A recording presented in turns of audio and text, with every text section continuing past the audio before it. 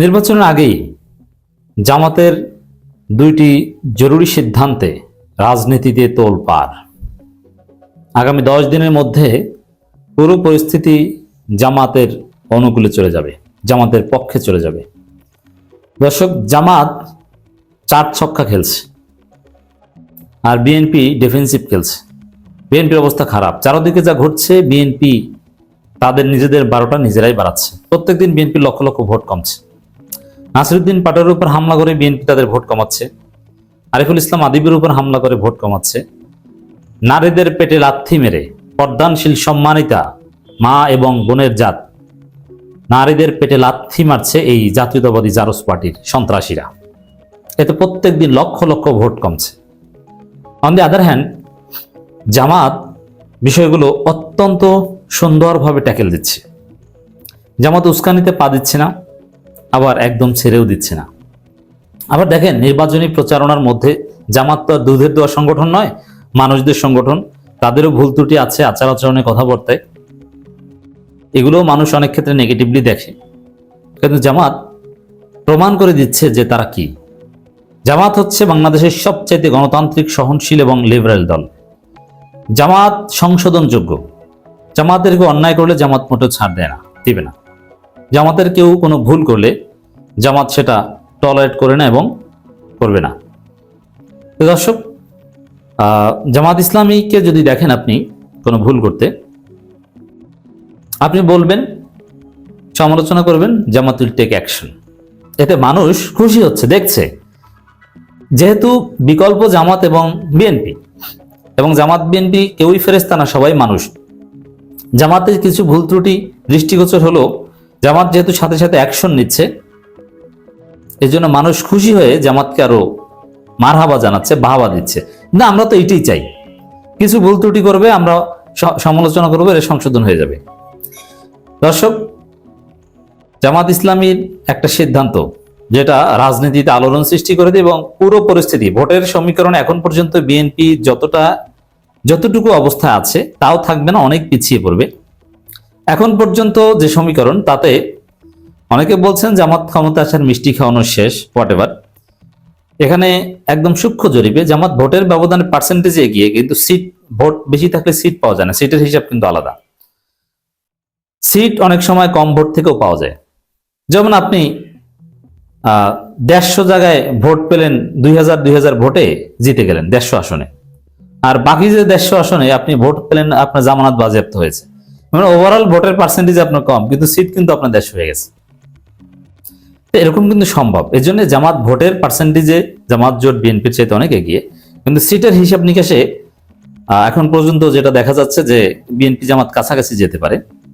যেমন জামাত 130টা পেতে পারে, বিএনপি 120টা পেতে পারে, এরকম একটা অবজারভেশন আমাদের আছে, আমাদের গবেষণা আছে। কিন্তু আগামী 10 দিনের মধ্যে দেখবেন জামাত তাদের ম্যাজিক ফিগার নিশ্চিত করবে, অ্যাটলিস্ট পারসেপশন বা প্রজেকশনের দিক থেকে। এর মানে পরিস্থিতি জামাতের অনুকূলে চলে যায়। বিএনপিকে মানুষ টেকনাফ থেকে তেতুলিয়া, রূপসা থেকে পাথুরিয়া, শহর থেকে গ্রামে, সব জায়গায় বিএনপিকে মানুষ সিসি করবে। প্রবাসীরা কিভাবে বিএনপিকে সিসি করছে দেখছেন না? 4 লাখ প্রবাসী সোফার ভোট দিয়েছে। যতজন প্রবাসী পোস্টাল ব্যালটে ভোট দিবে, তাদের 90% বেশি ভোট পাবে দাঁড়িপাল্লা। It's very significant. কারণ যাদের ধান্দা নাই, যারা কষ্ট করে ইনকাম করে, তারা কেউ ধানের শেষ করতে পারে না। ধানের শেষে ভোট দিবে যাদের ধান্দা আছে আর যারা দেশের ভালো চায়। আমি অনেক বিভিন্ন শ্রেণী পেশার মানুষের সাথে কথা বলার চেষ্টা করি, তাদের একটাই কথা, যে অনেকেই দেখছে জামাতকে যে পছন্দ করে তা না, বলেছে বিএনপি যাতে ক্ষমতায় না আসতে পারে। কারণ বিএনপিকে তো তারা দেখেছে এরা কেমন সন্ত্রাসী, কেমন নারী বিদ্বেষী এবং কোন ভয়ানক মাত্রার চাঁদাবাজ। অতএব জামাতের হাতে যে দেশ নিরাপদ, এটা সবাই জানে। এই জন্যে জনগণ জামাতকে ভোট দিবে। আর এই সমীকরণ আরো দৃষ্টিগোচর হবে, জামাত যে ম্যাজিক ফিগার 151 ক্রস করবে, এটা আগামী 10 দিনের মধ্যে দিবালোচনে স্পষ্ট হবে। দর্শক, জামাতের একটা সিদ্ধান্ত, নারীদের উপর হামলা এবং নারী নির্যাতনের বিরুদ্ধে, বিএনপি যে নারীদের উপর পরিকল্পিত হামলা করছে তারেক জিয়ার নির্দেশে, তার প্রতিবাদে বাংলাদেশের বিভিন্ন স্থানে ইলেকশন ক্যাম্পেইনের সময় সম্মানিত নারীদের হেনস্থা ও তাদের উপর সহিংস হামলার প্রতিবাদে আগামী 31 জানুয়ারি সকাল 10টায় 10:30টায় রাজধানীর সরদি উদ্যানে বাংলাদেশ জামাত ইসলামীর মহিলা বিভাগের উদ্যোগে নারী সমাবেশ অনুষ্ঠিত হবে ইনশাআল্লাহ। এই সমাবেশ হবে ইতিহাসের সেরা সমাবেশ। বাংলাদেশের ইতিহাসে এত বড় কোনো নারী সমাবেশ হয়নি। এই 31 জানুয়ারি সমাবেশ হবে, সেটা একটা ইতিহাস সৃষ্টি হবে এবং এই সমাবেশের মধ্য দিয়ে বাংলাদেশে নারী জাগরণ হবে এবং এই নারী জাগরণ হবে দাঁড়িপাল্লার পক্ষে। তো দর্শক, জামাত ইসলামীর ফিমেল উইং যে কতটা স্মার্ট, কতটা যোগ্য, কতটা আধুনিক, কতটা উচ্চ শিক্ষিত, মার্জিত, সুন্দরী, অভিজাত নারীরা যে সবাই জামাত করে, এটা 31 ডিসেম্বর এই খেলা আপনারা দেখবেন। আর বিএনপি করে যে ছাত্রীরা, এটা প্রমাণিত হবে।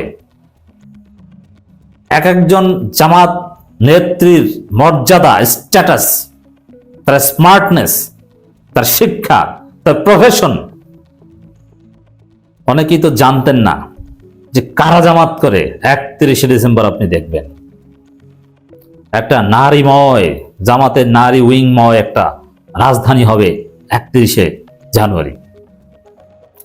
অতএব যেহেতু বাংলাদেশের অর্ধেক ভোটার নারী এবং নারী ভোটেই জয় পরাজয় নির্ধারিত হয় এবং নারীদের 5%ও এখন জামাত করে না, বিএনপি পরিবারের নারীরাও বিএনপি করে না, এরা জামাত করে সবাই।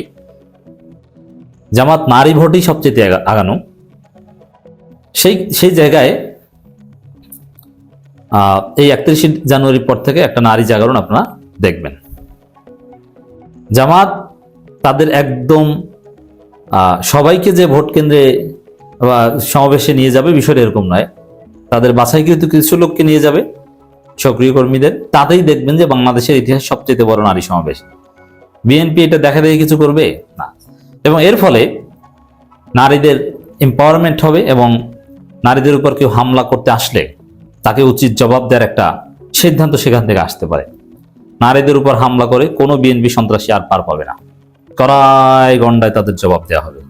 সবচেয়ে আসল জবাবটা পাবে তারা ব্যালটের মাধ্যমে। এই যে জামাতের নারীদের বা বিভিন্ন যারাই সৎ এবং ভদ্র নারী, পর্দানশীল নারী, তাদের উপরেই বিএনপি হামলা করে। জামাত কিংবা শিবির চাইলে ওদের হাত পা ভেঙে দিতে পারে না, এই সন্ত্রাসীদের কোনো ব্যাপার দেয় না কেন?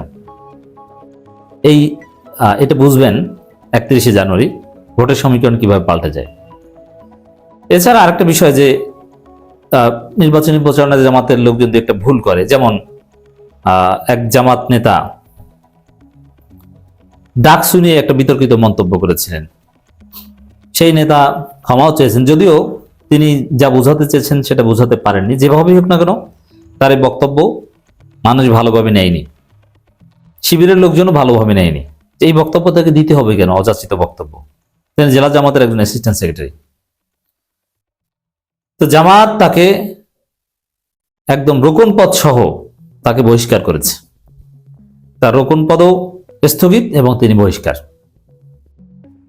অতএব এই সিদ্ধান্ত জামাত সম্পর্কে একটা পজিটিভ ইমপ্রেশন তৈরি করেছে জনমনে। না, জামাতের কেউ স্লিপ অফ টাং বা কোনো কারণে কেউ ভুল কথা বলে জামাত তো মোটেও ছাড় দেয় না, তাতে সে যতবারই নেতা হোক না কেন। অতএব ডাকসু খুশি, ছাত্ররা খুশি, সবাই খুশি যে জামাতে কোনো কটূক্তি সহ্য করা হয় না। তো এইসব কারণে আগামী 10 দিনের মধ্যে রাজনীতির হিসাব নিকাশ পাল্টে যাবে।